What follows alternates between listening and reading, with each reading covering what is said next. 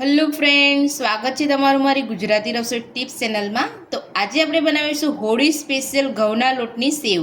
તો મારી આ રીતે તમે એકવાર બનાવશો તો તમારા ઘઉંના લોટની સેવ એકદમ સરસ અને પરફેક્ટ બનશે અને અહીંયા મહેનત પણ તમને ખૂબ જ ઓછી પડશે। તો ચાલો આપણે ઘઉંના લોટની સેવ બનાવવાનું શરૂ કરીએ। તો ઘઉંના લોટની સેવ બનાવવા માટે આપણે એક વાસણની અંદર 2 વાટકી ઘઉંનો લોટ લઈ લઈશું। તો આપણે ઝીણો જે ભાખરીને રોટલી કરતા હોય એ જ લોટ લેવાનો છે, આપણે અહીંયા જાડો લોટ નથી લેવાનો। તો બહાર જે મળતી હોય છે એ ઘઉંના લોટની સેવ નથી હોતી, મિક્સ લોટની હોય છે અને આપણે અહીંયા એકદમ ચોખ્ખી અને એકદમ આસાનીથી ઘઉંના લોટની ઘરે સેવ બનાવી અને આપણે અહીંયા ખાઈ શકીએ છીએ। તો જેટલી તમારે અહીંયા ઘઉંના લોટની સેવ બનાવવાની હોય એટલો જ તમારે અહીંયા લોટ લેવાનો છે। તો મેં અહીંયા 2 વાટકી ઘઉંનો લોટ લીધો છે। તો આ સેવની અંદર ના તો આપણે અહીંયા મીઠું ઉમેરવાનું છે કે ના તો આપણે અહીંયા તેલ ઉમેરવાનું છે, આપણે એમ જ લોટને બાંધવાનો છે। તો આપણે લોટ લઈ લીધો છે, તો હવે આપણે તેની અંદર થોડું થોડું પાણી ઉમેરતા જઈ અને લોટ બાંધી લઈશું। તો જ્યારે પણ તમે અહીંયા આ રીતે સેવ પાડવા માટે લોટ બાંધો ત્યારે તમારે ધ્યાન રાખવાનું છે કે લોટને તમારે અહીંયા ઢીલો નથી રાખવાનો। જો તમે અહીંયા લોટ ઢીલો રાખશો તો તમારી સેવ જ્યારે પાડશો ત્યારે બધી સેવ સાથે ચોંટી જશે, એટલે થોડું તમારે અહીંયા લોટ કડક જ બાંધવાનો છે। તો થોડું થોડું પાણી ઉમેરતા જઈએ અને આપણે અહીંયા મીડિયમ કડક લોટ બાંધી લીધો છે। તમે જોઈ શકો છો આપણે અહીંયા આ રીતનો જ લોટ બાંધવાનો છે, આપણે અહીંયા તેલ કે મીઠાનો ઉપયોગ નથી કરવાનો। તો આ લોટને આપણે અહીંયા 10 મિનિટ માટે ઢાંકીને રહેવા દઈશું। તો લોટને ઢાંકી 10 મિનિટ થઈ ગઈ છે, તો હવે આપણે લોટને ચેક કરી લઈશું। તો લોટ આપણો અહીંયા સરસ સેટ થઈ ગયો છે। તો લોટના 2 ભાગ કરીને આપણે અહીંયા 2 લાંબા લાંબા રોલ વાળી લીધા છે। તો હવે આપણે લોટને સાઈડ પર રાખીશું અને આપણે જે સેવ પાડવાનો સંચો છે આપણે અહીંયા લઈ લઈશું। તો આપણે અહીંયા સેવ પાડવાનો સંચો લીધો છે, સંચાની અંદર આપણે અહીંયા તેલ લગાવી લઈશું। તો આ રીતે પીછીની મદદથી આપણે અહીંયા તેલ લગાવી લેવાનું છે, તો એકદમ આસાનીથી આપણી સેવ અહીંયા પડી જશે। તો તેલ આપણે અહીંયા સરસ લગાવી લીધું છે। તો હવે આપણે જારી લઈ લઈશું। તો જારી આપણે કઈ લેવાની છે એ પણ આપણે અહીંયા જોઈ લઈશું। તો 2 નંબરની આપણે જારી લેવાની છે। તો આ 1 નંબરની જારી છે અને આ 2 નંબરની જારી છે। તો આપણે અહીંયા આ જારી નથી લેવાની, આ જારી તમે જોઈ શકો છો અહીંયા મોટા હોલવાળી છે અને અહીંયા મીડિયમ હોલવાળી છે। તો જો તમે આ મોટા હોલવાળીથી જારીથી તમે અહીંયા સેવ પાડશો તો તમારી સેવ બહુ જાડી પડશે અને જ્યારે તમે સેવ ઓસાવશો ત્યારે તમારી સેવ એકદમ લોચો થઈ જશે, એટલે આ રીતની આપણે અહીંયા મીડિયમ સાઇઝની આપણે અહીંયા જારી લેવાની છે। તો આ 2 નંબરની જારી કહેવામાં આવે છે। તો હવે આપણે જારી ઉપર પણ અહીંયા તેલ લગાવી લઈશું। તેલ લગાવીને આપણે સંચા સાથે અહીંયા ફિટ કરી લઈશું।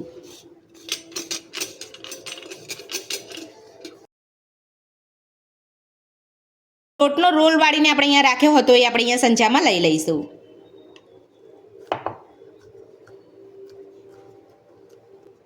તો હવે આપણે બીજો લોટ પણ અહીંયા ઉમેરી દઈશું।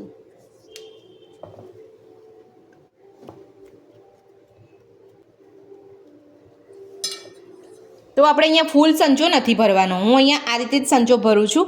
વધારે ફૂલ સંચો ભરી દઈશું તો આપણે અહીંયા લોટ જે છે એ અંદર અહીંયા ચોંટી જશે, એટલે આપણે અહીંયા થોડો ઓછો જ લોટ ભરવાનો છે। તો હવે આપણે જે બચેલો લોટ છે એને ઢાંકીને રહેવા દઈશું અને આ સંચાને આપણે અહીંયા ફિટ કરી અને સેવ પાડી લઈશું। તો સેવ તમે તાપમાં યા તો ઘરમાં પંખાની અંદર પણ પાડી શકો છો। તો તાપની અંદર તમારી સેવ અહીંયા જલ્દી સુકાઈ જશે અને પંખાની અંદર તમારે સેવમાં સુકાવવામાં સમય લાગશે। તો હવે આપણે સેવ પાડી લઈશું। તો સેવ પાડવા માટે મેં ડીશ ઉપર એક કપડું બાંધી લીધું છે। તો હવે આપણે અહીંયા કપડા ઉપર સેવ પાડી લઈશું। તો આ રીતની આપણે થોડી સેવ પડે એટલે આપણે હાથની મદદથી આપણે અહીંયા લઈ લેવાની છે। તો આ રીતે આપણે અહીંયા 2-3 સેવ આપણે આંગળીથી લઈ લેવાની છે।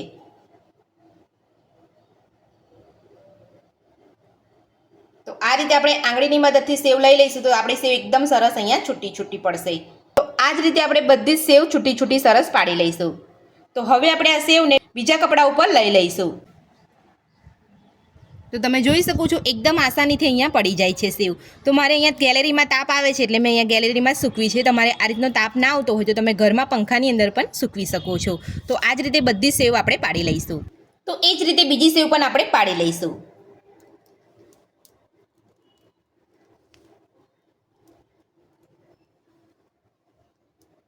તો આ રીતે તમારે હાથની મદદથી સેવને અલગ કરી લેવાની છે।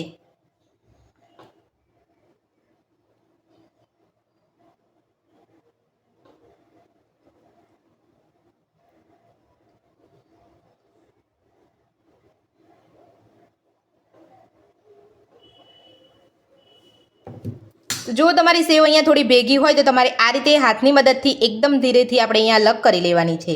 તો એકદમ સરસ આસાનીથી અહીંયા અલગ થઈ જશે.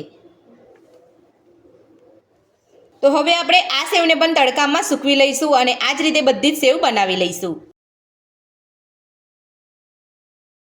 તો આ રીતે તમે અહીંયા ડાયરેક્ટ સેવ પાડવા માંગતા હોય તો તમે એ રીતે પણ પાડી શકો છો. તો કપડા ઉપર તમે ડાયરેક્ટ પણ પાડી શકો છો. તો આ રીતે તમારે આંગળીની મદદથી બે ત્રણ સેવ લઈ અને તમારે છૂટી કરી લેવાની છે. તમે જોઈ શકો છો એકદમ સરસ આપણી અહીંયા છૂટી સેવ અહીંયા બની રહી છે.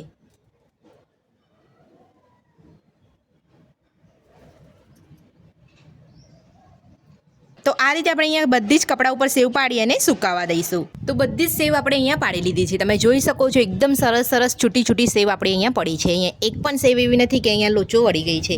તો આ જ રીતે તમારે પણ બધી જ સેવ પાડી લેવાની છે. તો સેવ પાડવામાં માત્ર અહીંયા 10 મિનિટ જેટલો સમય લાગ્યો છે અને તમે જોઈ શકો છો સેવ આપણે એકદમ આસાનીથી અહીંયા ફેરવી પણ શકીએ છીએ. તો આ રીતે તમારી સેવ એક બાજુ સુકાય એટલે બીજી બાજુ તમારે અહીંયા પલટાવી લેવાની છે. એટલે એકદમ આસાનીથી તમારી સેવ અહીંયા સરસ ઝટપટ અહીંયા સુકાઈને તૈયાર થઈ જશે. તો હવે આપણે બધી જ સેવને અહીંયા સુકાવા દઈશું.